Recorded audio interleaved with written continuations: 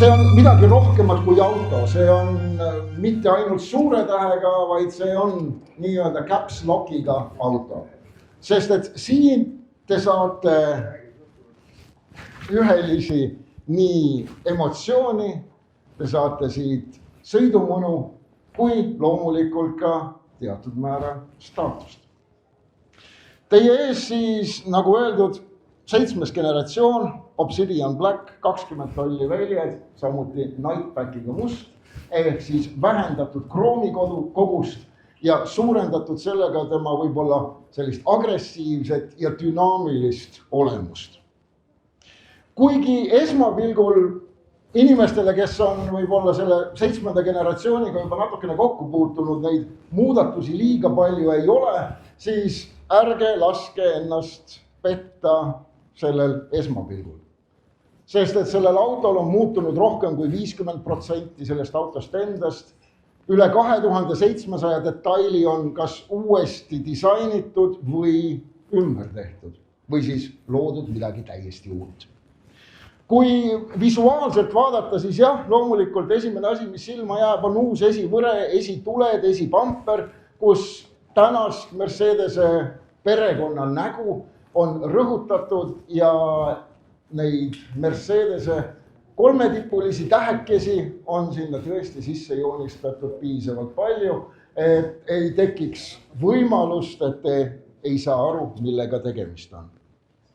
Kui osad turud annavad veel lisavõimenduse sellega, et Mercedese logo kapotil võib olla valgustatud, siis meie siin Euroopas peame sellega natukene ootama, millal seadusandlus võib-olla järgi jõuab.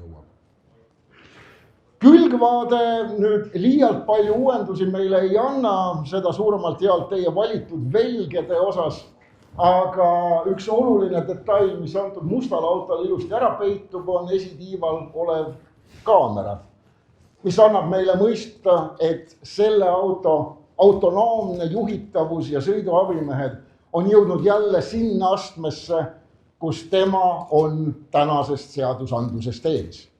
Ta suudab sõita palju rohkem üksinda, kui tal seda täna on lubatud.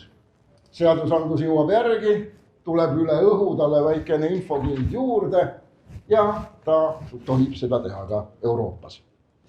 Tagaosas, mis jääb teistele teekasutajatele valdavaks rakursiks, kus nad seda autot näevad, kui ta on teist möödunud, siis seal joonistub välja veel 3 tähekest tagatuledes, et millega siis oma staatust võib-olla kinnistada. Kui vaadata nüüd siia nii-öelda salongi poolele, kus uuendused on üpris silmatorkavad, ehk siis meil on superscreen. Üle terve armatuurlaua ulatuv ekraan, kus all on siis 2 puutetundlikku ekraani, 1 juhile, 1 kaasreisijale ja loomulikult digitaalne näidikuplokk.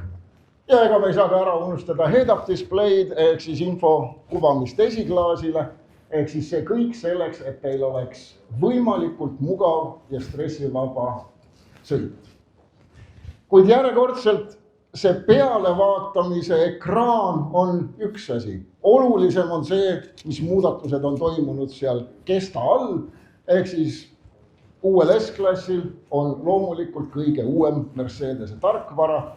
MBOS on ühelisi ühendatud 2 tehisintellektiga, nii et temaga suhtlemine on intuitiivsem, lihtsam, tema juhtimine on täiesti loogiline ka siis, kui te pole kunagi varem Mercedesega kokku puutunud. Kui arvestada nüüd S-klassi eelneva põlvkonna peamist kliendi tagasisidet, siis siin on suurim hea meel öelda, et tootjatehas mõtleb meie peale, kuulab meid ja seetõttu roolile on tagasi tulnud ka osad füüsilised nupud. Helitugevus, püsikiiruse hoidja, kui te neid kasutate rooli pealt, siis annavad teile füüsiliselt ka tagasiside, et te olete nupule pihta saanud. Loomulikult on ka ekraani alla mõned nupud juurde toodud, ehk siis järjekordne meie jaoks kõige positiivsem osa selles, et klientide tagasisidet on kuulatud. Kui me nüüd liigume sellesse kohta, mis võib-olla on isegi S-klassi puhul see primaarne koht, mida insener on mõelnud, ehk siis teine istmerida. Siis siin ilmselgelt oleneb nüüd teie valikutest, kuidas see auto tuleb. Standardne auto ikka 5-kohaline, kui on soovi, siis keskmine turvavöör võib olla olemas. Antud auto siin rõhutab natukene rohkem tagaistuja mugavust. Rõhutatult 4-kohaline, võiks olla šampuse külmikuga, aga antud auto võib olla rohkem siis golfimängijale, kuhu on võimalik see golfikott ka pagasiruumi ära mahtuda. Massaaž, jahutus, jalatugi, järjekordselt kõik sellised asjad, mida me S-klassi Mercedese puhul peame suures plaanis iseenesest mõistetavaks, on siin olemas. Kaasa arvatud klaaskatus standardis ja sõiduabimehed eessõitjaga distantsi hoidva püsikiiruse või muus osas ilmselgelt olemas. Ja siis me jõuame nende lisadeni, mida me võib-olla seni pole isegi mõelnud, et oleks vajalik või veel vähem osanud neid küsida, seega näiteks soojendusega turvavöö. Ilmselgelt esmapilgul see tundub võib-olla isegi ebavajalik, kuid sellel rõskel talvehommikul, kui teie Mercedese iste kallistab teid juba niikuinii eemalt ja külgedelt ja kui ta ka eestpoolt sooja embuse annab, siis mis saaks olla selle vastu. Sinna juurde need lisandunud kaamerad. See auto mitte enam ei reageeri sellele, mida ta on eelnevalt näinud, vaid ta läheb ka ettepoole. Ehk siis, kui mõni aasta tagasi me pidasime võib-olla ise parkimist selliseks õpitud abituseks, siis nüüd tänaseks on see muutunud mugavuseks. Ehk siis ma olen veendunud mõne nädala kasutamise järel, kui te näete, et parkimiskoht on selline, kuhu peaks sisse võib-olla nikerdama, siis te pigem vajutate seda nuppu ja lasete selle autol ise ära teha, et samal ajal juba võtta oma väärtasjad erinevatest laigastest, panna ennast valmis ja astuda autost välja, kui auto on lõpetanud parkimise. S-klassi sõiduomadused ja see tunnetus järjekordselt läbi aegade on olnud ta eesrindlik ja teistele teenäitaja. Ka siin ei ole midagi tänaseni muutunud.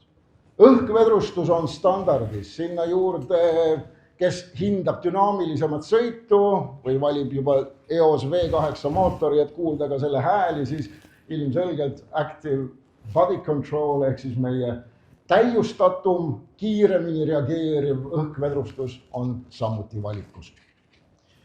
Personaliseerimisvõimalusi, et see auto oleks just selline, nagu teie silmades on kõige kaunim, kõige õigem ja kõige mõistlikum, annab meile manufaktuuri värvivalikust, me saame valida 150 erineva kerevärvi vahel.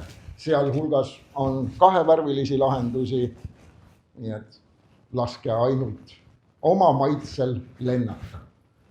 Salongi valikuid sinna juurde, erinevad puidud, nahad, õmblused, laed, siit tuleb 400.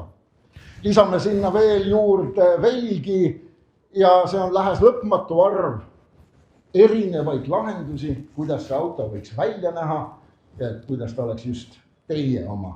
Nii et minu isiklik soovitus kõigile neile, kes panevad oma kokku, tehke täpselt nii, nagu teile meeldib. Sest et seda enam on meil võimalust, et meil ei ole kunagi tänaval kahte päris ühesugust. Burmeisteri audio on järjekordselt kõigile Mercedes omanikele tuttav temaatika. Siin kuni 31 kõlarit ja seda 4D surroundi, kus füüsiliselt kõlarid on teil istme sees, et pakkuda seda heli igast nurgast. Ilmselgelt käib jälle asja juurde ja ainult selleks, et seda nautida. Mootori valik ei ole samuti jäänud vähem personaliseeritavaks.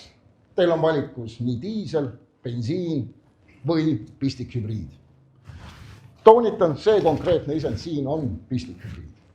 Ehk siis, kui teil on soov sõita 100 kilomeetrit puhtalt, vaikselt elektri najal, siis mis saab olla meil selle vastu?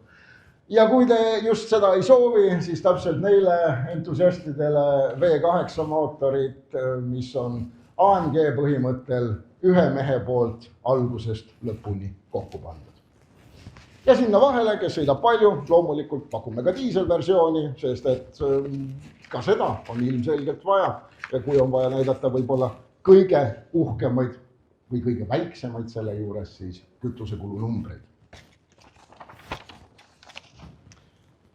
Mida veel siia välja tuua, on loomulikult see, et seesama auto, mida te siin näete, läheb ju numbrisse.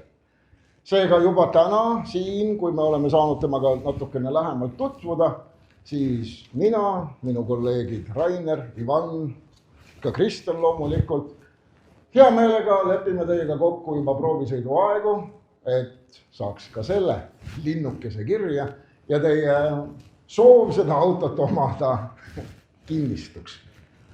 Kuna meid on siin täna piisavalt palju ja usutavasti kõik korraga me ilmselgelt selle auto juurde niimoodi mugavalt ei pääse, et me saaksime seda häirimatult jälgida, siis sellel hetkel, kui võib-olla see positsioon, kus te tahaksite selles autos olla, on võetud, siis seda aega aitab meil sisustada ja maitsekalt mööda saata.